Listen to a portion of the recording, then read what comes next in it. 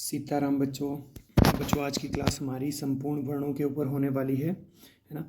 आप इसको अच्छे से करिए। इनके आप लोग नोट्स बना लेना और आपका कोई भी एग्ज़ाम हो, चाहे पुलिस का हो, फॉरेस्ट गार्ड का हो, कोई भी एग्ज़ाम टीजीटी पीजीटी या जेबीटी कमीशन होगा, उसमें यहाँ से ही अगर वर्णों से प्रश्न आता है तो बच्चों यहाँ से ही आएगा, यहाँ से बाहर कोई भी प्रश्न नहीं जाएगा आपका, है ना। तो इनके नोट्स बना लेना आप जिस भी एग्ज़ाम की तैयारी कर रहे हैं ना। थोड़ी सी वीडियो लंबी हो सकती है तो इसके अच्छे से नोट्स बना लेना, है ना। आइए अब हम शुरू करते हैं। तो बच्चों पहले तो आपको ये जानना होगा कि वर्ण होते क्या है ना। देखो, वर्ण उस मूल ध्वनि को कहते हैं जिसके टुकड़े ना किए जा सकें, जैसे क ख ट प च, जितने भी आपके वर्ण हैं वो आपके क्या हैं, वो उनके टुकड़े नहीं होते ना। बोलता है हिंदी में मूलतः वर्ण है। तो हिंदी में मूलतः कितने वर्ण हैं बच्चों? मूलतः मतलब टोटल तो कितने हैं? 53। पहले 52 थे बच्चों, अब 53 हो गए हैं। 22 अगस्त 2024 को, है ना, केंद्रीय हिंदी निर्देशालय द्वारा एक नवीन वर्ण ऐड हुआ है जिसको क्या बोलते हैं? विशिष्ट वर्ण, है ना। इसको 22 अगस्त 2024 को केंद्रीय हिंदी निर्देशालय द्वारा इसको वर्णमाला में ऐड किया गया है। अब इसको लेकर संख्या कितनी हो गई है? इसकी 53 हो गई है ना। और इसको उच्चरित क्या करते हैं बच्चों? इसको उच्चरित ल ही करते हैं ना।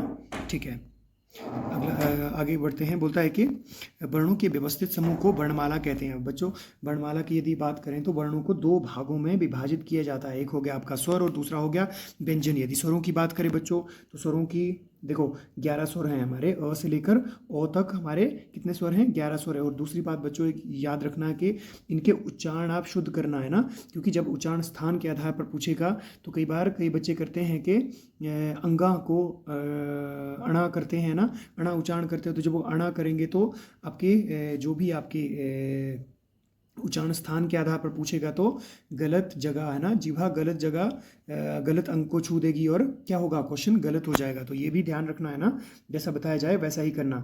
अब व्यंजनों की बात करते हैं बच्चों, तो व्यंजन कितने हैं हमारे? 33 व्यंजन है ना, 33 व्यंजन। तो यदि कवर की बात करें तो क ख ग घ अंगा, इसको उच्चारण अच्छे से करना, अंगा बोलते हैं इसको, है ना। चवर्ग में च छ ज झ इया, क्या बोलते हैं इसको? इया, है ना। इसका उच्चारण इया करते हैं। टवर्ग ट ठ ड ढ ण त थ द ध न प फ ब भ म। और अंतस्थ, अंतस्थ क्या होता है बच्चों? हाँ, पहली बात ये याद रखना है ना, इनको वर्गीय व्यंजन भी कहते हैं ना। इनको ये जो ये है ना, इनको वर्गीय व्यंजन भी कहते हैं। स्पर्श, है ना, जो स्पर्श व्यंजन है ये वर्गीय व्यंजन भी हैं। इनको वर्गीय व्यंजन इसलिए कहा जाता है क्योंकि ये वर्गों में है ना, प्रत्येक वर्ग में 5 वर्ण है ना। और दूसरा इनको स्पर्श व्यंजन क्योंकि इनको उच्चारण करने में हमारे मुख को मतलब जिह्वा किसी न किसी भाग को स्पर्श करती है ना, किसी न किसी भाग के ऊपर हमारे मुख में प्रभाव पड़ता है, इसीलिए इसे स्पर्श व्यंजन कहते हैं ना। अब बोलता है कि अंतस्थ व्यंजन, है ना। अंतस्थ व्यंजन बेटा, जब ये इन अंतस्थ व्यंजनों को हम उच्चारण करते हैं तो मुख वायु, हमारे मुख से वायु बिना किसी अवरोध के बाहर निकलती है, इसीलिए इसको अंतस्थ व्यंजन कहते हैं। और ऊष्म व्यंजन, ऊष्म का मतलब होता है ऊष्मा, गर्म, है ना। इन ऊष्म व्यंजनों को उच्चारण करने में हमारे मुख विवर से वायु निकलती है, वो गर्म निकलती है। आप अपने हाथ मुख के आगे रखकर इनका उच्चारण जब करेंगे तो आपको इसका लग जाएगा पता, है ना। तो आप इसको भी प्रैक्टिकल इसका कर सकते हैं ना। अब बोलता है संयुक्त व्यंजन। बच्चों संयुक्त व्यंजन मतलब संयुक्त व्यंजन होता है जो दो वर्णों से मिलकर, दो वर्णों या दो व्यंजनों से मिलकर जो आपके वर्ण बने हैं उसको संयुक्त कहते हैं। संयुक्तों की संख्या 4 है, क्ष, त्र, ज्ञ और श्र, है ना। अब होता है द्विगुण या फिर उत्क्षिप्त व्यंजन, है ना। द्विगुण या उत्क्षिप्त, तो बच्चों उत्क्षिप्त भी यही है और द्विगुण भी यही है। ये फारसी भाषा से हिंदी भाषा में ली गई ध्वनियाँ हैं ना। अब बोलता है कि अयोगवा वर्ण, है ना। यदि हम बच्चों अयोगवा वर्ण की बात करें तो ये कितनी है? 2 हैं, अंग और अह। यदि हम अकेले अंग की बात करें तो इनको अनुस्वार बोलते हैं और अह की बात करें तो इसको विसर्ग बोलते हैं। और विशिष्ट स्वर, विशिष्ट वर्ण, विशिष्ट व्यंजन जिसको कहते हैं, ये जो नवीन मैंने आपको अभी थोड़ी देर पहले ही बताया कि 22 अगस्त 2024 को केंद्रीय हिंदी निर्देशालय द्वारा बच्चों इसको वह हिंदी वर्णमाला में ऐड किया गया है ना। अब करते हैं बच्चों डीपली इनको एक एक प्रकार को हम अच्छे से करेंगे। यहाँ से कैसे कैसे क्वेश्चन आएंगे आपको, है ना, किस प्रकार के क्वेश्चन पूछते हैं वो भी आपको अच्छे से करवाएंगे। ठीक है, तो बोलते हैं स्वर। देखो बेटा, स्वर क्या होता है? स्वर वर्ण को स्वतंत्र रूप से उच्चरित किया जाता है। इनका उच्चारण बिना किसी की सहायता और विघ्न बाधा के होता है ना। नेक्स्ट आगे करते बोलता है कि स्वरों का वर्गीकरण। बच्चों स्वरों का वर्गीकरण, अब यहाँ से आप अच्छे से नोट्स बनाते चलना, है ना। बोलता है कि स्वरों का वर्गीकरण, पहला बोलता है कि उच्चारण समय, यदि आपको क्वेश्चन पूछे कि उच्चारण समय के आधार पर या फिर मात्रा के आधार पर स्वरों के कितने प्रकार हैं ना, ध्यान से यहाँ ध्यान देना बच्चों, इनको कॉपी पे भी नोट कर लेना। बोलता है कि उच्चारण समय के आधार पर या फिर मात्रा के आधार पर स्वरों के कितने प्रकार हैं। तो यदि बच्चों इन दोनों के आधार पर पूछे तो कितने प्रकार हैं स्वरों के, इसके 3 प्रकार हैं, ह्रस्व स्वर, दीर्घ स्वर और प्लुत स्वर। यदि बच्चों हम ह्रस्व की बात करें तो ह्रस्व मतलब छोटा, है ना, छोटा या कम। दीर्घ की बात करें तो बड़ा, बड़ा या ज़्यादा, है ना। प्लुत, पहले इन दोनों को समझ लेते हैं बच्चों, यहाँ रटना नहीं है, यहाँ कॉन्सेप्ट समझने की कोशिश करनी है। यहाँ होता बच्चों ह्रस्व मतलब कम। बोलता है कि जिन भी वर्णों को, जिन भी स्वरों को उच्चारण करने में हमें कम समय लगता है ना, कम समय लगता है, उसको क्या कहते हैं, उनको ह्रस्व स्वर कहते हैं। जैसे अ, इ, उ और री। ह्रस्व कितने हैं, 4 हैं। इनकी संख्या पूछे तो संख्या भी आप लिख सकते हैं 4। और बेटा इन्हीं को ही मूल स्वर कहते हैं ना, ह्रस्व मूल स्वर, ह्रस्व मूल स्वर, क्योंकि ये मूल स्वर, इन मूल स्वरों में किसी भी प्रकार का कोई परिवर्तन नहीं होता है। इन्हीं को ही, है ना, ये भी लिख लेना, इन्हीं को ही ह्रस्व मूल स्वर कहते हैं ना। इनके मूलों के द्वारा ही दीर्घों या संयुक्तों का क्या होता है, इनका निर्माण किया जाता है ना, इनको याद रखना है ना। अब होता है दीर्घ। दीर्घ क्या होता है बच्चों, जिन भी वर्णों को उच्चारण करने में हमें ज़्यादा समय लगता है ना, ज़्यादा समय लगता है, उनको क्या बोलते हैं, दीर्घ। और प्लुत क्या होता है बच्चों, यहाँ मोस्ट इंपॉर्टेंट, प्लुत में कोई भी वर्ण नहीं होता है, ये याद रखना है ना। इसको सिर्फ आप परिभाषा के अनुसार ही पहचान सकते हैं। बोलता है कि जिन भी वर्णों को, जिन भी ध्वनियों या जिन भी शब्दों को, है ना, उच्चारण करने में ह्रस्व और दीर्घ से ज़्यादा समय लगे, है ना, वो क्या कहलाएंगे, वो आपके प्लुत कहलाएंगे। जैसे ओम, राम, है ना। और भी एग्जामिनर कोई भी वर्ण दे सकता है प्लुत से संबंधित, है ना। तो यहाँ आप थोड़ा सा प्रैक्टिकल करना है। बोलता है ह्रस्व, ह्रस्व को यदि उच्चारण करेंगे तो बेटा अ, है ना, अ उच्चारण करेंगे, और दीर्घ को आ, है ना, और प्लुत को ओम। तो आप समझ रहे होंगे, है ना, यदि हम जब ह्रस्व को उच्चारित कर रहे हैं, है ना, अ, इ, उ और री। अब दीर्घ को आ, ई, उ, ए, ओ, औ, है ना। यदि हम प्लुतों की बात करें, प्लुत, तो इनसे ज़्यादा समय कि पहले अ, फिर आ, फिर प्लुत ओम, है ना। तो क्या है, आप इसको अच्छे से समझ रहे होंगे, है ना, कि ह्रस्व में कम समय लगेगा, दीर्घ में ज़्यादा लगेगा, और प्लुत में इन दोनों से ज़्यादा, माने ह्रस्व से 3 गुना ज़्यादा समय लगेगा प्लुत को उच्चारण करने में, और दीर्घ से 2 गुना ज़्यादा लगेगा समय प्लुत को उच्चारण करने में। आई होप आप समझ गए होंगे, और बच्चों इनके नोट्स भी बना लेना, है ना। अब आपको क्वेश्चन पूछ सकता है बच्चों, बोलता है कि उत्पत्ति के आधार पर, उत्पत्ति के आधार पर दीर्घ स्वर कितने और कौन कौन से हैं। तो बच्चों उत्पत्ति के आधार पर अगर आपको पूछे तो आपके दीर्घ स्वर कितने हैं, 3 हैं, बड़ा आ, बड़ी ई और बड़ा ऊ। यदि बच्चों हम इनकी बात करें तो इन्हें क्या कहते हैं, इन्हीं को ही सजातीय वर्ण भी कहते हैं। इन्हीं को सजातीय क्यों कहते हैं, क्योंकि यदि हम बात करें, ये जो आ है ये किससे मिलकर बना है, ये मिलकर बना है बच्चे अ प्लस अ से। तो देखो इन दोनों की जातियाँ, इन दोनों की जाति क्या है, समान है। तो समान जातियों से मिलकर बनने वाले वर्ण ही क्या कहलाएंगे, आपके सजातीय वर्ण। और वैसे ही यदि हम ई की बात करें, बड़ी ई की, तो ये किससे मिलकर बना है, ये भी छोटी ई प्लस छोटी ई से मिलकर बना है। तो इनकी जाति भी क्या है, इनकी जाति भी समान ही है। और यदि हम ऊ की बात करें, ये जो बड़ा ऊ है ये किससे मिलकर बना है बच्चों, ये छोटा ऊ प्लस छोटा ऊ। तो इन दोनों की भी जाति क्या है, समान ही है। तो इन्हीं इसी कारण इन्हें सजातीय वर्ण भी कहते हैं, है ना। इसी का अन्य नाम क्या है, सजातीय वर्ण, है ना। अब आपको बच्चे क्वेश्चन पूछ सकता है, बोलता है कि संयुक्त स्वर कौन कौन से और कितने हैं। तो संयुक्त, संयुक्त मतलब जो 2 वर्णों से, है ना, जो 2 अलग अलग वर्णों से मिलकर बने हैं। तो कितने हैं बच्चों, मोस्ट इंपॉर्टेंट है ना, ये किससे मिलकर बने हैं वो भी पूछा जाता है। तो बच्चों अगर आपको संयुक्त वर्ण पूछे तो संयुक्त वर्णों की संख्या कितनी है, कितनी है, 4। कौन कौन से हैं, ए, ओ और ओ। यदि बच्चे हम ए की बात करें तो ये किससे मिलकर बना है। तो बच्चों एक कॉन्सेप्ट याद रखना कि जितने भी आपके व्यंजन हैं, है ना, जितने भी आपके व्यंजन हैं उसमें अ हमेशा समाहित होता है। और यदि हम इनकी बात करें संयुक्तों की, तो मैंने आपको बोला था ना कि मूल स्वर, मूल स्वर कौन से हैं, ये अ, ई, उ और री, है ना, री। ठीक है। तो यदि हम बात करें इनकी, तो उन्हीं से ही, मूल स्वरों से ही मिलकर इनका निर्माण हुआ है ना। पहले हम बात करते हैं छोटा ए की। तो ये किससे मिलकर बना है बच्चों, ये मिलकर बना है अ प्लस छोटी ई। अब बच्चों इनको रट्टे नहीं मारने हैं, इनको मतलब कॉन्सेप्ट समझने की कोशिश करनी है बच्चों। अगर आपको नहीं पता लग रहा है, देखो आपको तो एग्जाम में ऑप्शन दे के रखे होंगे ना, आपको क्वेश्चन पूछ सकता है कि ए का निर्माण किससे मिलकर हुआ है। अगर आपको नहीं आता है तो आपने क्या करना है, देखो प्लस हटा के इन दोनों को एक शब्द मान लेना है ना, इन दोनों को एक शब्द मान लेना है और इनका उच्चारण करना है। जब आप बेटा इनका उच्चारण करेंगे तो आपको ये जो शब्द होगा वो बिल्कुल इसी की ही हूबहू ध्वनि दे देगा। जैसे अ प्लस ई से मिलकर बना है, तो ये ध्वनि जब आप एक इन वर्णों को एक शब्द के रूप में उच्चारण करेंगे तो क्या ध्वनि आएगी, जैसे ऐ है ना, तो ए की ध्वनि दे रहा है ये, है ना।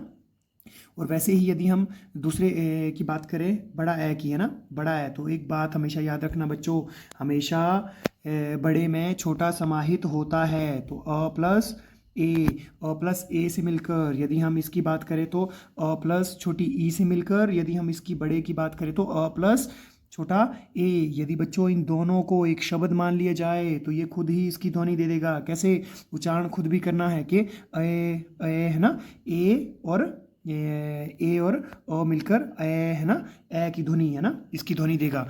अब नेक्स्ट करते हैं, बोलता है कि ओ। यदि बच्चों हम देखें छोटा ओ, तो ये किससे मिलकर बना है, तो ये अ प्लस छोटा ऊ से, है ना। इन दोनों को एक शब्द मानकर जब आप इसका उच्चारण करेंगे तो ये ओ की ध्वनि देगा, है ना बच्चों। और जैसे माफ़ करना, थोड़ा बोलते बोलते खांसी, एक तो गले में थोड़ी दिक्कत है। हाँ बच्चों, तो अब इसको करते हैं ना, ओ, है ना, तो ओ किससे मिलकर बना है बच्चों, अ प्लस छोटा ओ, है ना। अब देखो ये अब दोनों को एक मानेंगे, ओ, है ना, ओ, तो ये किसकी ध्वनि दे रहा है, ये बड़े ओ की दे रहा है। बच्चों आपको ये भी पूछा जा सकता है ना, आपको ये भी पूछा जा सकता है कि बड़ा ओ कौन कौन से वर्णों से मिलकर बना है ना, तो और इन्हीं को ही। और यदि आपको मैंने यहाँ बताया है ना, जैसे ए, है ना, किससे, अ प्लस ई से, तो बच्चों आपने देखना है इसकी जाति देखो अलग है ना, इसकी जाति अलग है। और वैसे ही हमने जितने भी किए दोनों में किया है, जातियाँ दोनों वर्णों की अलग है, मतलब दोनों अनेक अलग अलग जातियों से मिलकर बने हैं, अलग अलग। जैसे अ की अलग जाति है, ई की अलग जाति है, तो दोनों क्या हैं, अलग अलग जातियों से मिलकर जो भी वर्ण बने हैं उन्हें विजातीय स्वर कहते हैं। तो बच्चों संयुक्तों को ही क्या कहते हैं, संयुक्तों को ही, संयुक्त जो आपके स्वर हैं उन्हीं को ही विजातीय स्वर भी कहते हैं, ना। आई होप आपको समझ आ गया होगा ना। तो ऑनलाइन पढ़ाने में मुझे काफ़ी दिक्कत होती है, इतना एक्सपीरियंस है नहीं ऑनलाइन पढ़ाने का, तो अपनी तरफ से मैं बच्चों पूरी कोशिश करूँगा कि आपको कॉन्सेप्ट क्लियर हो जाए, है ना। अब होता है कि अग्रस्वर कितने और कौन कौन से हैं बच्चों, यहाँ आपको स्थान के आधार पर या जीवा के आधार पर, है ना, उच्चारण स्थान पूछ सकता है। ये उच्चारण स्थान स्वरों का पूछ रहा है ना, उच्चारण स्थान या जीवा के आधार पर, है ना, जीवा की स्थिति के आधार पर आपको पूछ सकता है। तो ये कितने प्रकार हैं इसके हैं बच्चों 3, अग्रस्वर, मध्य स्वर और पश्च स्वर। यदि हम बच्चे अग्रस्वर की बात करें, अग्रस्वर मतलब जीवा के, जब भी हम इन वर्णों को उच्चारण करेंगे तो जीवा का अग्रभाग प्रभावित होगा। इसको आप प्रैक्टिकल करना है ना, जब भी आप अग्रस्वर, है ना, जब भी आप इन ध्वनियों का उच्चारण करेंगे तो जीभा का अग्रस्वर थोड़ा सा मतलब ऊपर की ओर नुकीला सा हो जाएगा, है ना। अब बोलता है इसका उच्चारण करेंगे तो बच्चों ध्यान देना अपनी जीभा पे, है ना, ए,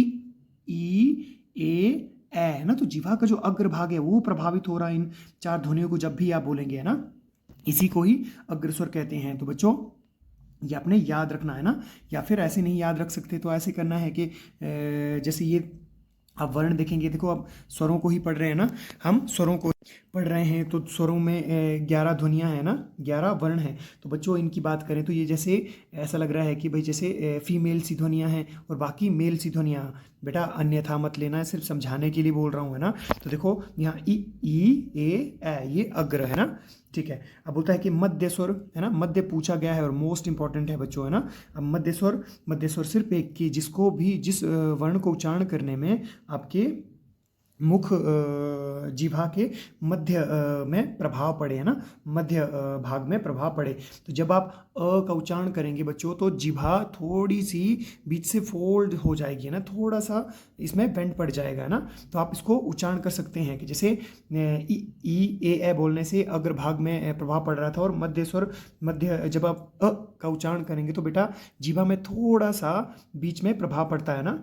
अब बोलता है कि पश्च स्वर, पश्च मतलब जीभा के पश्च है ना, पिछले भाग पर प्रभाव पड़ता है। तो इनकी संख्या बच्चों कितनी है? इनकी संख्या है 5। बड़ा आ, छोटा ऊ, बड़ा ऊ, ओ और औ। तो इनके अच्छे से नोट्स बना लीजिएगा बच्चों, है ना। अब आपको पूछता है कि समृद्ध स्वर, और ये मोस्ट मोस्ट मोस्ट इंपॉर्टेंट बच्चा लोग है ना, इनको अच्छे से इसके नोट्स बना लेना। यहाँ के बाद आपको कहीं और से पढ़ने की जरूरत नहीं पड़ेगी, है ना। अब होता है समृद्ध स्वर। अब बेटा समृद्ध स्वर क्या होता है? देखो, समृद्ध का अर्थ होता है ढका हुआ या बंद, है ना। जब भी बच्चे आप इन समृद्ध वर्णों का उच्चारण करेंगे तो आपका मुख क्या है? सबसे कम खुला हुआ होगा, है ना, सबसे कम खुला हुआ होगा, है ना। तो इसमें कौन से हैं?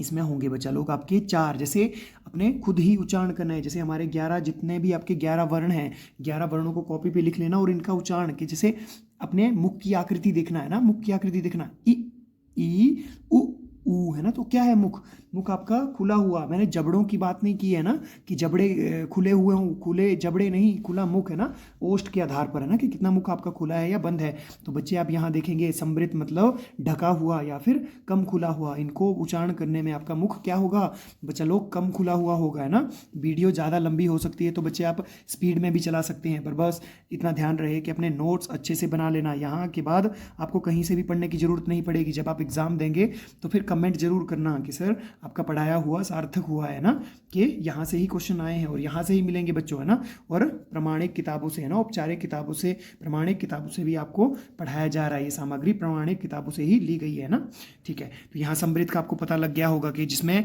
आपका मुख कम खुलता है उसको क्या बोलेंगे? उसको समृद्ध बोलेंगे, है ना। अब यहाँ अर्ध समृद्ध माने बच्चों समृद्ध का आधा, माने पहले क्या था? कम मुंह खुल रहा था, जितना मुंह खुल रहा था बच्चों उसका आधा, है ना, उसका आधा मुंह खुलेगा, है ना, ठीक है।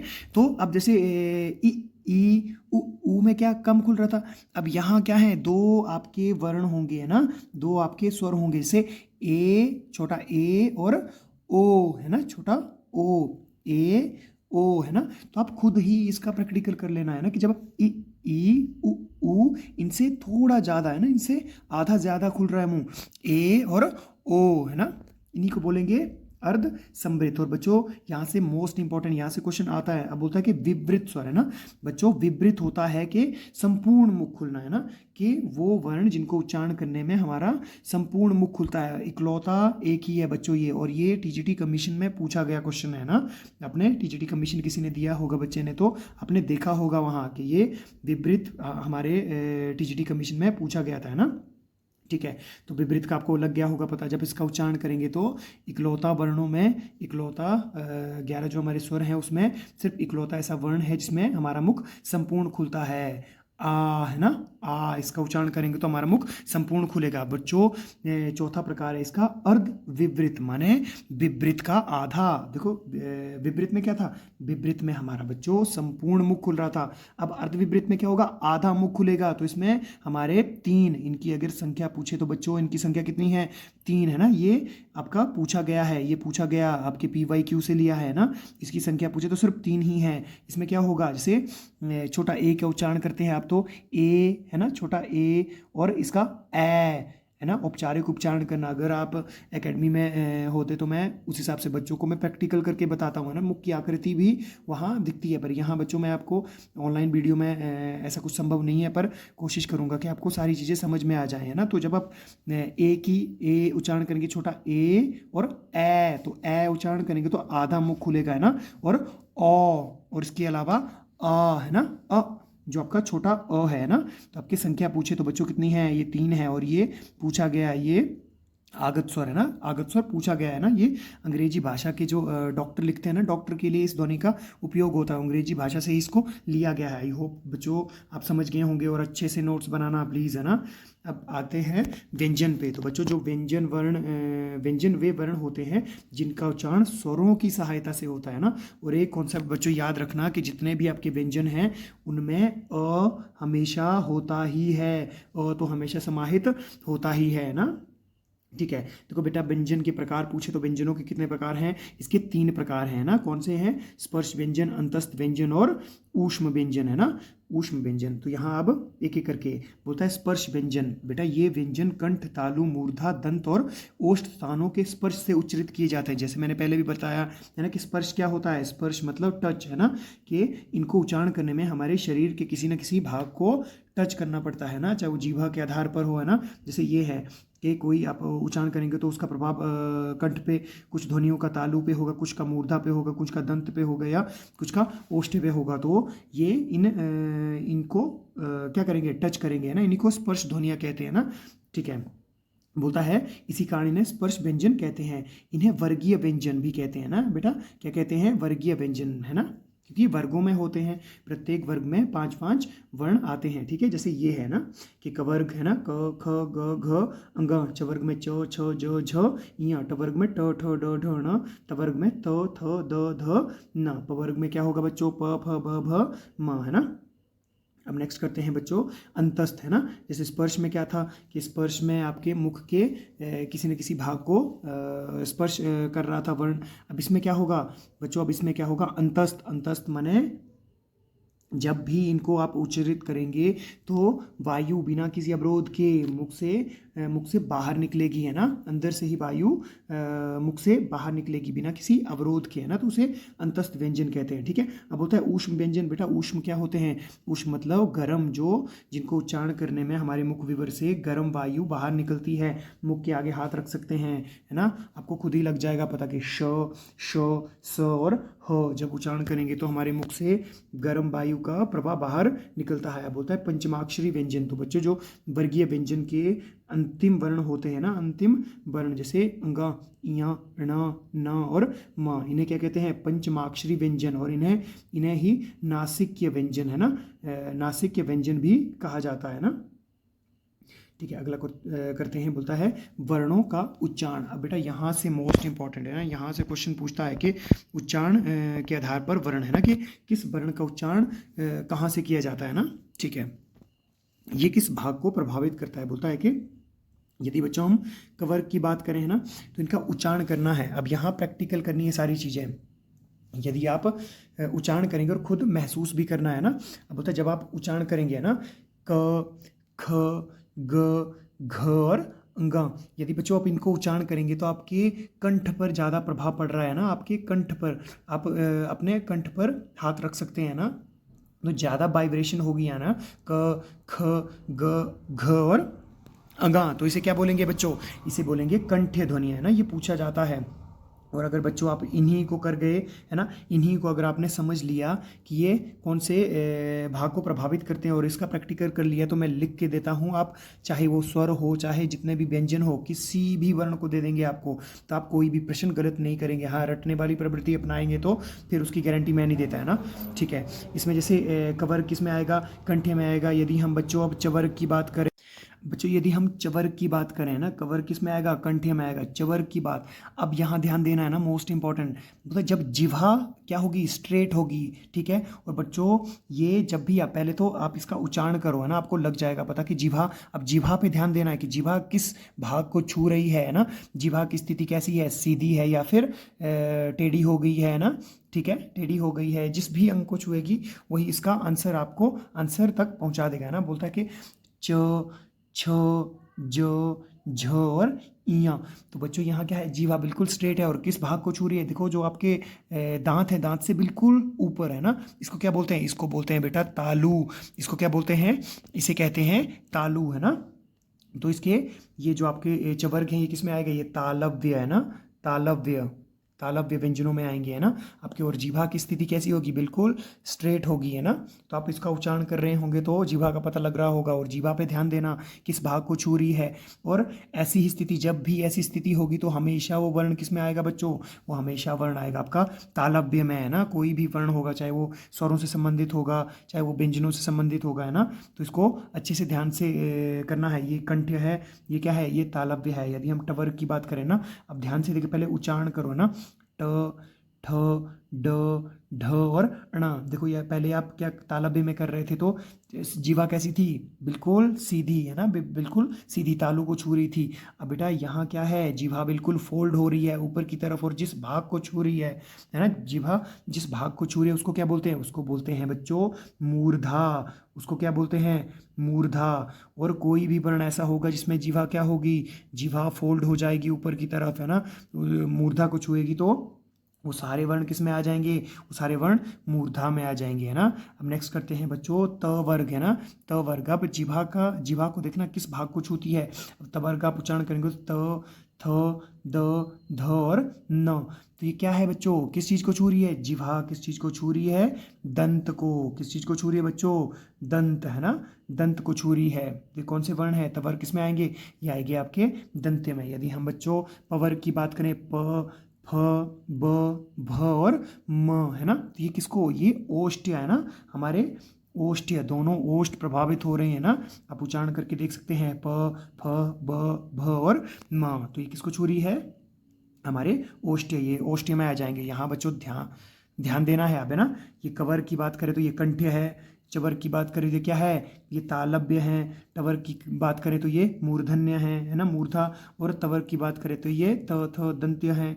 और पवर की बात करें तो ये क्या है, ओष्ठ्य। अब इसी के आधार, यदि आपको ये समझ आ गया होगा तो मैं लिख के देता हूँ, आप जितने भी आप आगे हम करेंगे है ना, जितने भी वर्णों को करेंगे आप इजीली बच्चों समझ जाएंगे। बस ऐसे ही हमने प्रैक्टिकल करके सारी चीज़ें करनी है। नेक्स्ट क्वेश्चन करते हैं अंतस्थ। बच्चों यहाँ से क्वेश्चन पूछा जाता है ना, यहाँ से क्वेश्चन पूछा जाता है। इसमें अंतस्थ और ऊष्म से 100% क्वेश्चन आता है ना, क्योंकि कवर्ग, चवर्ग, टवर्ग, तवर्ग, पवर्ग तो सबको पता है कि कौन सा उच्चारण स्थान है। पर यहाँ से, क्योंकि वो तो हमने रटे होते हैं ना कि भाई ये वाला वर्ग इसमें आएगा, ये वाला इसमें आएगा, पर यहाँ से दिक्कत है। अब यहाँ मैंने जैसे आपको पहले बताया कि जो भी आपने उच्चारण किया, अब यहाँ से उच्चारण करेंगे। पहले य का उच्चारण करो, य, जीवा की स्थिति देखना, य कैसी है, तो ये किसको छू रहा है, जीवा की स्थिति बिल्कुल स्ट्रेट है, सपाट है, सीधी है ना।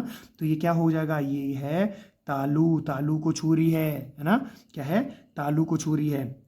अब बच्चों र, र है ना, र का उच्चारण करेंगे तो क्या, जीवा क्या हो रही है, फोल्ड हो रही है ना, फोल्ड हो रही है। और किसको छू रही है, मूर्धा को है ना, ये किसको छू रही है, मूर्धा को।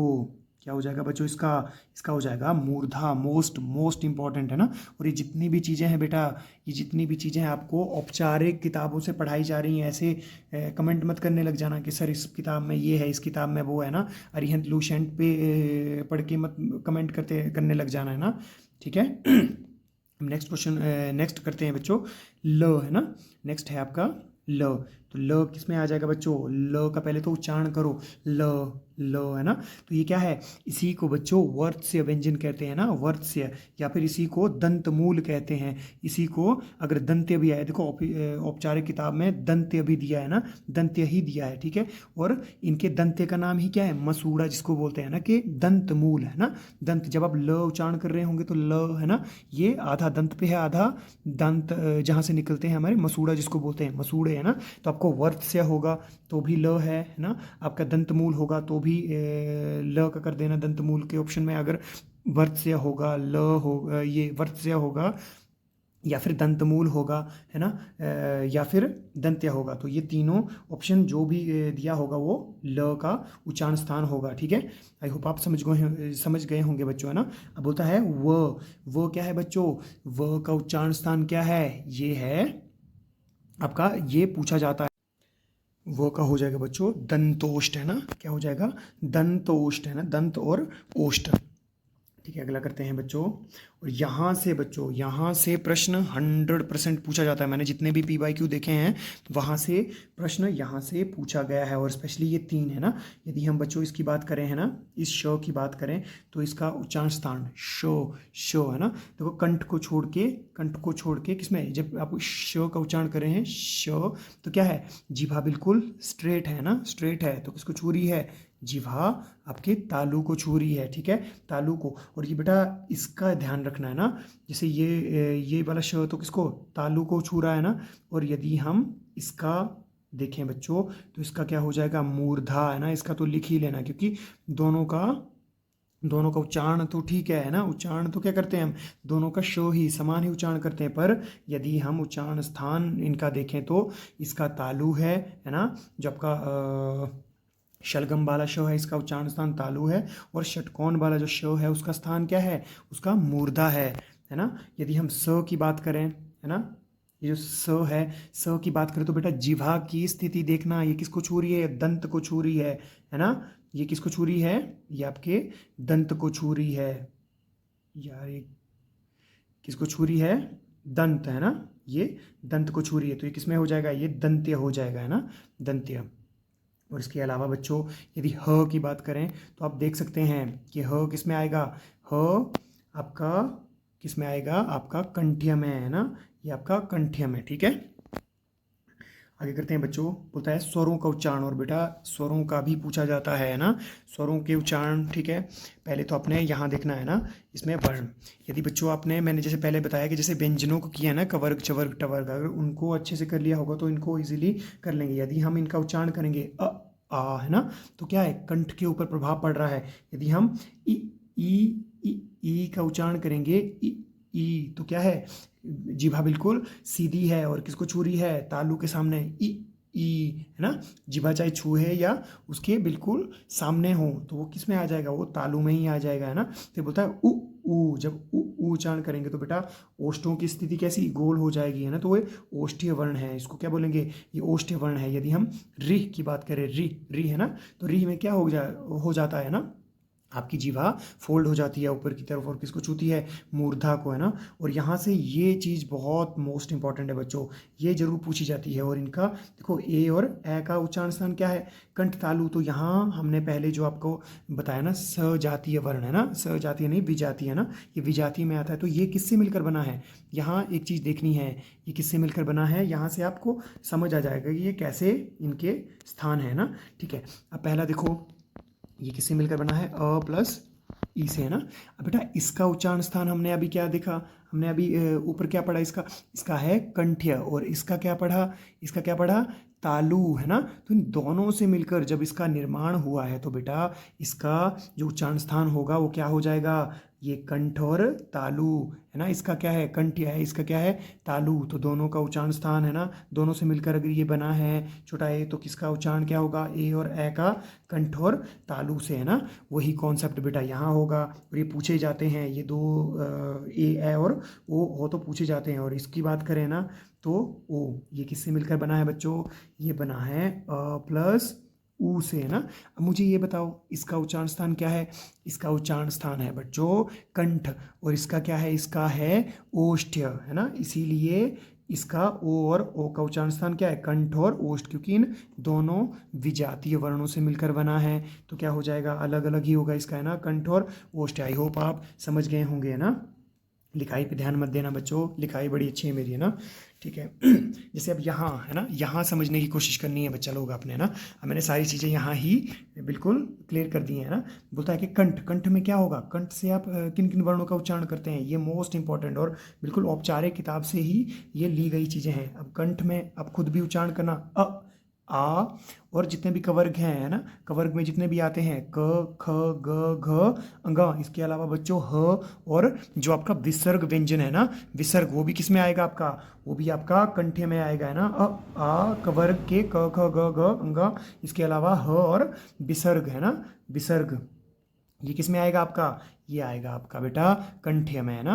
अब नेक्स्ट करते हैं, बोलता है कि तालु में कौन कौन से वर्ण आएंगे, तो तालु में कौन से आएंगे, ई, चवर्ग में च छ ज झ य, इसके अलावा य, है ना, और ये श, शलगम वाला श, ये सारे जितने भी आपके किस में आ जाएंगे बच्चे, ये आ जाएंगे आपके तालु में। अगला है आपका मूर्धन्य, है ना, मूर्धा से संबंधित वर्ण कौन से हैं बच्चों, री है, टवर्ग है, र है और श है, ये किस में आएंगे आपके, ये आएंगे बच्चों आपकी मूर्धा में। अगला है आपका बच्चों दंत, है ना, दंत में क्या है, टवर्ग, त थ द ध, क्या है, त थ द ध न, है ना, इसके अलावा ल, और दूसरा स, ये भी है ना। इसका आपको वर्त से दे, ल दे या दंत मूल, वर्त से दे, दंत दे या फिर क्या, दंत मूल, है ना, दंत मूल मतलब मसूड़ा, इसमें कोई भी ऑप्शन दे इसको, यही होगा, है ना, इसका मतलब एक ही है ना, ठीक है।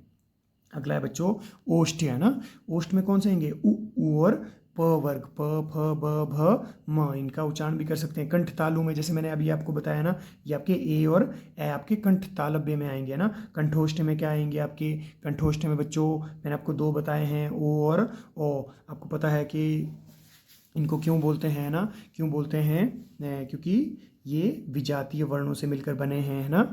ठीक है, अब होता है दंतोष्ठ। दंतोष्ठ कौन से हैं बच्चों, दंतोष्ठ में होगा व, है ना, व, है ना। बच्चों अब बोलता है कि संयुक्त व्यंजन, है ना। संयुक्त व्यंजन कौन कौन से हैं और कितने हैं, आपको क्वेश्चन पूछ सकता है। तो बच्चों यदि हम संयुक्त व्यंजनों की बात करें तो मोस्ट इंपॉर्टेंट ये पूछा जाता है ना, ये बहुत बार पूछा गया है। बोलता है कि संयुक्त मतलब दो वर्णों या व्यंजनों के मेल से बनने वाले वर्ण को क्या बोलते हैं, संयुक्त व्यंजन, है ना। दो अलग अलग, है ना, दो अलग अलग व्यंजनों या वर्णों के मेल से बनने वाले वर्णों को क्या बोलते हैं, संयुक्त व्यंजन कहते हैं। बोलता है हिंदी वर्णमाला में संयुक्त व्यंजनों की संख्या 4 है बच्चे, है ना। तो कौन कौन से है, श, त्र, ज्ञ और श्र। तो यदि बच्चों हम इनकी बात करें तो देखो ये तो पूछता ही है, संख्या तो पूछता ही है, पर ये किन किन वर्णों से मिलकर बना है वो भी पूछता है। मोस्ट मोस्ट इंपॉर्टेंट, है ना। बोलता है क्ष। यदि हम बच्चों क्ष की बात करें तो क और श से मिलकर बना है ना, दो वर्णों से, क और श। और ये याद रखना कि जितने भी आगे वाले हैं ना, ये क्या होंगे, ये हलंत होंगे, है ना। हलंत मतलब आधे। आधे इसलिए होंगे बच्चों, क्यों होंगे, क्योंकि ये हमने यहाँ से व्यंजनों की बात कर रहे हैं ना, तो स्वर तो इसमें होगा नहीं, है ना। स्वरों को बाहर निकाल दिया है ना, स्वरों को बाहर निकाल दिया है, तभी ये आधे हैं। ठीक है, तो अब यहाँ बेटा इतना ध्यान रखना है कि जब भी आप इनको, जैसे हम क्ष, है ना, क्ष को अगर टुकड़ों में बांटना है कि भाई किससे मिलकर बना है, तो इसको धीरे धीरे उच्चारित करना है। जैसे हम जल्दी जल्दी करते हैं ना क्ष, तो पता नहीं लगता है। जब आप धीरे धीरे इसका उच्चारण करेंगे तो ये खुद को छोटे छोटे टुकड़ों में बांट देगा इसको। ये मतलब आपको इजीली लग जाएगा पता कि कौन कौन से वर्णों से मिलकर बना है। जैसे क्ष है तो क और श, क और श, इनका बस याद रखना कि यहाँ शलगम वाला श मत लगा देना, है ना। शलगम वाला श मत लगाना, ये षटकोण वाला श ही होगा ना, क और श। वैसे ही त्र, त और र। और ये सबसे ज़्यादा पूछा जाने वाला बच्चों, मैंने 3-4 प्रश्न देखे हैं, तो 3-4 क्वेश्चनों में यही सेम पूछा गया था ना। ज्ञ, ये किससे मिलकर बना है, ज प्लस इया से मिलकर, है ना, ज प्लस इया से। और श्र, श प्लस र से मिलकर बना है। ठीक है, आगे करते हैं बच्चों। बोलता है कि उत्क्षिप्त व्यंजन या द्विगुण व्यंजन। तो बेटा उत्क्षिप्त व्यंजन या द्विगुण व्यंजन क्या होते हैं, उत्क्षिप्त को ही द्विगुण कहते हैं। तो ये ढ और ढ होते हैं। यदि बच्चों हम बात करें इन दोनों की, है ना, तो ये फारसी भाषा से हिंदी भाषा में थोड़ा परिवर्तन करके लिए गए हैं। जैसे हम हिंदी में बात करें तो बेटा इसके जो फारसी से संबंधित ज्यों की त्यों ध्वनियाँ हैं, तो हिंदी का कोई भी पहला शब्द इन ध्वनियों से मिलकर नहीं बना होगा। जैसे हम बात करें डकार, है ना, डकार, तो इसमें हमने परिवर्तन किया है कि बिंदी हटा ली गई है। यदि हम दूसरे की बात करें सड़क, है ना, तो जब दूसरा शब्द का दूसरा वर्ण होगा तो हम ज्यों का त्यों ले सकते हैं सड़क, है ना। तो यही है ना कि ये कौन से शब्द हैं। वैसे आपको इतना ज़्यादा नहीं पूछेगा, बस इतना याद रखना कि ये फारसी भाषा से ली गई हैं और इन्हीं को उत्क्षिप्त और द्विगुण कहते हैं। ठीक है, अब बोलता है बच्चों अयोगवा व्यंजन। अयोगवा व्यंजन कितने और कौन कौन से हैं, तो बच्चे अयोगवा व्यंजन आपके 2 हैं, अंग और अ। यदि हम अंग की बात करें तो इनको अनुस्वार कहते हैं, और इसको क्या कहते हैं, अंग अ को इसको विसर्ग कहते हैं। और किशोरीदास जी ने इन अयोगवा की संख्या कितनी मानी है, इनकी 2 मानी है। पूछा गया क्वेश्चन है ना।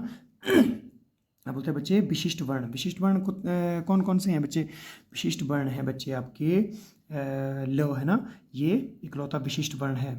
समझ गए आप, जो 22 अगस्त 2024 में केंद्रीय हिंदी निर्देशालय द्वारा इसको अपनाया गया है ना। अब बच्चे यहाँ से मोस्ट इंपॉर्टेंट, मोस्ट इनको अच्छे से समझ लेना है। बोलता है प्राण, आपको क्वेश्चन पूछ सकता है प्राण एवं शक्ति के आधार पर व्यंजन कितने प्रकार के हैं। तो ये कितने प्रकार के हैं बच्चे, ये प्राण एवं शक्ति के आधार पर पूछे तो अल्प प्राण और महाप्राण। पहले तो क्वेश्चन ध्यान से पढ़ना है कि पूछा क्या गया है, प्राण एवं शक्ति। प्राण क्या होता है, प्राण होता है बच्चों वायु, है ना, कि भाई इसका बोलने का मतलब है कि प्राण, यदि वायु, है ना, जिन वर्णों को उच्चारण करने में कम वायु लगेगी, किन वर्णों को उच्चारण करने में ज़्यादा वायु, उसी के आधार पर इनको बांटा है ना। तो आपको सबसे पहले करना है अल्प प्राण, है ना, अल्प प्राण मतलब जिन वर्णों को उच्चारण करने में कम वायु का प्रवाह हमारे मुख विवर से बाहर निकले, मतलब जिनको उच्चारण करने में कम वायु हमारे मुख से बाहर निकले ना। तो इसमें क्या होगा बच्चों, इसमें वर्गीय, पहले तो वर्गीय व्यंजन करने हैं ना, बाकियों को छोड़ देना है, पहले वर्गीय व्यंजन पे आऊंगा ना। वर्गीय व्यंजन का बेटे पहला, तीसरा और पांचवा, है ना। पहला वर्गीय व्यंजन का प्रत्येक वर्ग का, है ना, क वर्ग का भी, क वर्ग का पहला, च वर्ग का पहला, ट वर्ग का पहला, त वर्ग का पहला और प वर्ग का पहला, माने प्रत्येक वर्ग का, है ना, प्रत्येक वर्ग का पहला, प्रत्येक वर्ग का चौथा और प्रत्येक वर्ग का पांचवा वर्ण, है ना। प्रत्येक वर्ग का पहला, प्रत्येक वर्ग का तीसरा और प्रत्येक वर्ग का चौथा वर्ण, ठीक है। किसमें आएगा आपका अल्प प्राण में, इनको उच्चारण करने में कम वायु, है ना, कम वायु या कम समय लगेगा, है ना, कम वायु हमारे मुख विवर से बाहर निकलेगी, जिससे क, ग और ग, है ना, ये, और च, ज और य, ट, ड और ण, त, द और न, प, ब और म, ये क्या है, ये अल्प प्राण है। इसके अलावा बेटा जैसे पहला, तीसरा और पांचवा, है ना, एक पहला, तीसरा, पांचवा, इसके अलावा बेटा अंतस्थ, लिखाई पे मत जाना मेरी, है ना। पहला देखो, ये दो शब्द ही अगर याद रखेंगे ना तो आपका काम हो जाएगा, है ना। अल्पप्राण और महाप्राण का, अल्पप्राण का सूत्र है 135 अंतस्थ अल्पप्राण, बाकी सब महाप्राण। अब ये क्या है 135 मतलब पहला, तीसरा और पांचवा, पहला, तीसरा और पांचवा, इसके अलावा बच्चे अंतस्थ, तो किसमें आएगा आपका अल्प प्राण में आएगा, है ना, किसमें आएगा अल्प प्राण में। नोट्स अच्छे से बनाना, है ना, नोट्स अच्छे से बनाना इसके, समझ गए। अब दूसरा क्या बोलता है कि अब दूसरा करते हैं महाप्राण। अभी बेटा महाप्राण क्या है, महाप्राण मतलब जिसको उच्चारण करने में ज़्यादा, है ना, ज़्यादा समय लगे या ज़्यादा वायु हमारे मुख विवर से बाहर निकले। अब पहले में क्या था, पहला, तीसरा और पांचवा, उसके अलावा अंतस्थ। अब महाप्राण में क्या होगा बच्चे, महाप्राण में होगा प्रत्येक वर्ग का दूसरा और प्रत्येक वर्ग का चौथा वर्ण, है ना, प्रत्येक वर्ग का दूसरा और प्रत्येक वर्ग का चौथा। इसके अलावा बच्चे, इसके अलावा ऊष्म, है ना, ऊष्म व्यंजन, है ना, क्या होगा ऊष्म व्यंजन। तो इसका क्या होगा 24 ऊष्म महाप्राण, बाकी सब अल्प प्राण, है ना। इसकी ट्रिक ये होगी कि 24 ऊष्म महाप्राण, बाकी सब अल्प प्राण। आई होप आप बच्चे समझ गए होंगे, नहीं समझे तो एक बार फिर से कर लेते हैं ना। बोलता है कि अल्पप्राण, अल्पप्राण में क्या होगा बच्चे, अल्पप्राण प्रत्येक वर्ग का पहला, प्रत्येक वर्ग का तीसरा और प्रत्येक वर्ग का पांचवा वर्ण किसमें आएगा, आपका अल्पप्राण में आएगा। इसके अलावा अंतस्थ, अंतस्थ भी अल्पप्राण में आएगा कि प्रत्येक वर्ग का पहला, प्रत्येक वर्ग का तीसरा और प्रत्येक वर्ग का पांचवा। इसके अलावा आपका अंतस्थ, इसके अलावा बच्चे अंतस्थ व्यंजन आपका किस में आएगा, इसमें अल्पप्राण में आएगा, ठीक है। और यदि हम महाप्राण की बात करें बच्चे, महाप्राण में क्या क्या आएगा, महाप्राण में जो जो बचे हैं ना, कि प्रत्येक वर्ग का दूसरा, प्रत्येक वर्ग का चौथा और ऊष्म व्यंजन, है ना, ऊष्म व्यंजन। बच्चों ये किस में आएंगे, ये आएंगे बच्चा लोग आपके महाप्राण में। और एक याद रखना कि जो आपका अल्प प्राण है इसी में ही आपके सारे स्वर आएंगे, सारे स्वर किस में आएंगे, आपके अल्प प्राण में, किस में आएंगे, अल्प प्राण में, है ना, ठीक है। यहाँ तक समझ गए होंगे। यहाँ से प्रश्न आता है अल्पप्राण महाप्राण अघोष सघोष दोनों को मिलाकर अल्पप्राण महाप्राण, तो आई थिंक आपको समझ आ गया होगा, इतना अच्छे से समझाया है ना। अभी हम दूसरा करते हैं ना, जैसे ये है ना अल्पप्राण में, मैंने पहले आपको बताया कि कौन से आएंगे, क ग ग, है ना, पहला, तीसरा और पांचवा, प्रत्येक वर्ग का पहला, तीसरा, पांचवा, क ग ग, च ज य, ट ड ण, त द न, प ब म। ये क्या है, ये प्रत्येक वर्ग का, है ना, प्रत्येक वर्ग का पहला, तीसरा और पांचवा, है ना, पहला, तीसरा और पांचवा। उसके अलावा क्या है बच्चे, उसके अलावा है अंतस्थ, अंतस्थ व्यंजन, है ना। और बेटा सूत्र भी है यहाँ 135 अंतस्थ अल्पप्राण। और उसके अलावा सभी स्वर किस में आएंगे, आपके अल्प प्राण में आएंगे, है ना, ठीक है। महाप्राण की बात करें बच्चे तो महाप्राण में क्या आएंगे, महाप्राण में मैंने क्या बताया आपको कि प्रत्येक वर्ग का दूसरा और प्रत्येक वर्ग का चौथा, यानी 24 ऊष्म, है ना, ये क्या है बाकी ऊष्म।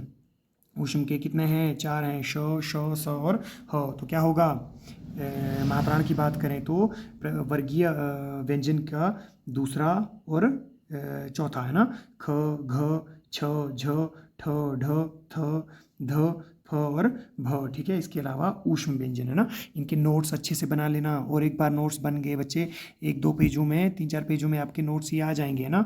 और ताउम्र जब तक आपका एग्ज़ाम नहीं हो जाता तब तक यहाँ से ही, और जब आपका एग्ज़ाम हो जाए ना तो ज़रूर फिर कमेंट करना कि आपका पढ़ाया हुआ आया था या नहीं आया था, है ना।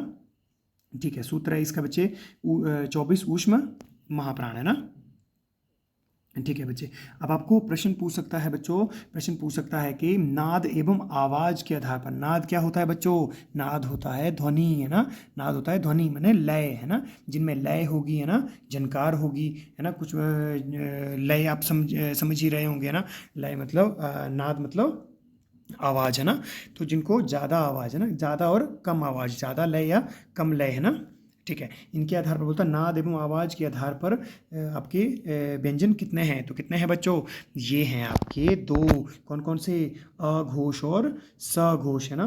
अघोष और सघोष। मतलब निषेध, है ना, जिसमें घोष ना हो। जहाँ भी बच्चे आपका लग जाता है, उसका वो जिस भी शब्द के आगे लग जाता है वो वाला शब्द कभी वो काम कभी हो ही नहीं सकता। घोष मतलब क्या होता है, घोष मतलब लय, है ना, घोष ध्वनि, है ना, कि वो हो ही नहीं सकता, घोष नहीं होगा। और यहाँ क्या स मतलब जिसके साथ में घोष हो, जिनको उच्चारण करने में ज़्यादा घोष या ज़्यादा आवाज़ मतलब ज़्यादा क्या बोल सकते हैं इसको लय का प्रयोग होगा, है ना, जहाँ। ठीक है, इसका करते हैं पहले बच्चे अघोष, है ना। पहले हम करेंगे अघोष। तो बच्चे अघोष क्या होगा, देखो पहले हम यहाँ अघोष कर रहे हैं, तो प्रत्येक वर्ग का, मैंने पहले भी बोला है कि यहाँ पहले हम वर्ग का ही देखेंगे, है ना। प्रत्येक वर्ग का बेटा पहला और प्रत्येक वर्ग का दूसरा, है ना। प्रत्येक वर्ग का पहला और प्रत्येक वर्ग का दूसरा अघोष, है ना। और इसके अलावा, है ना बच्चे, इसके अलावा अघोष में क्या करेंगे बच्चे, मैंने क्या बोला आपको, पहले हम यहाँ लिख देते हैं ना। अघोष, अघोष में क्या करेंगे, वर्ग का बच्चे पहला और प्रत्येक वर्ग का दूसरा, माने प्रत्येक वर्ग का पहला और प्रत्येक वर्ग का दूसरा, ये किस में आएगा, अघोष में। इसके अलावा ऊष्म के प्रथम 3, सिर्फ बेटा ऊष्म के प्रथम 3 कौन कौन से, श और स, बस, है ना। यही 3, है ना, कि बोलता है कि प्रत्येक वर्ग का, जैसे प्रत्येक वर्ग का, कवर का क, चवर का च, टवर का ट, तवर का त, और इसमें ख, छ, ठ, थ और फ, ये दोनों, है ना, कवर के पहले 2 क ख, चवर के पहले 2 च छ, टवर के पहले 2 ट ठ, तवर के पहले 2 त थ, पवर के पहले 2 प फ, ये किस में आएंगे, आपके अघोष में। इसके अलावा बेटा ऊष्म का, है ना, ऊष्म के प्रथम 3, है ना, ऊष्म के प्रथम 3, श और स, ये किस में आएंगे, ये भी बेटा किस में आएंगे, अघोष में। किस में आएंगे, अघोष, है ना। अब बोलता है सघोष में, अब सघोष में कितने आएंगे, बोलता है कि जो भी बचे तीसरा, चौथा और पांचवा प्रत्येक वर्ग का, है ना, प्रत्येक वर्ग का बच्चे पहला तीसरा, चौथा, पांचवा, प्रत्येक वर्ग का तीसरा, चौथा, पांचवा, प्रत्येक वर्ग का ये तीसरा, चौथा, पांचवा किस में आएगा, ये आएगा आपका घोष या ये सघोष, है ना। घोष को ही क्या बोलते हैं, सघोष, घोष को ही क्या बोलते हैं बच्चे, सघोष, है ना।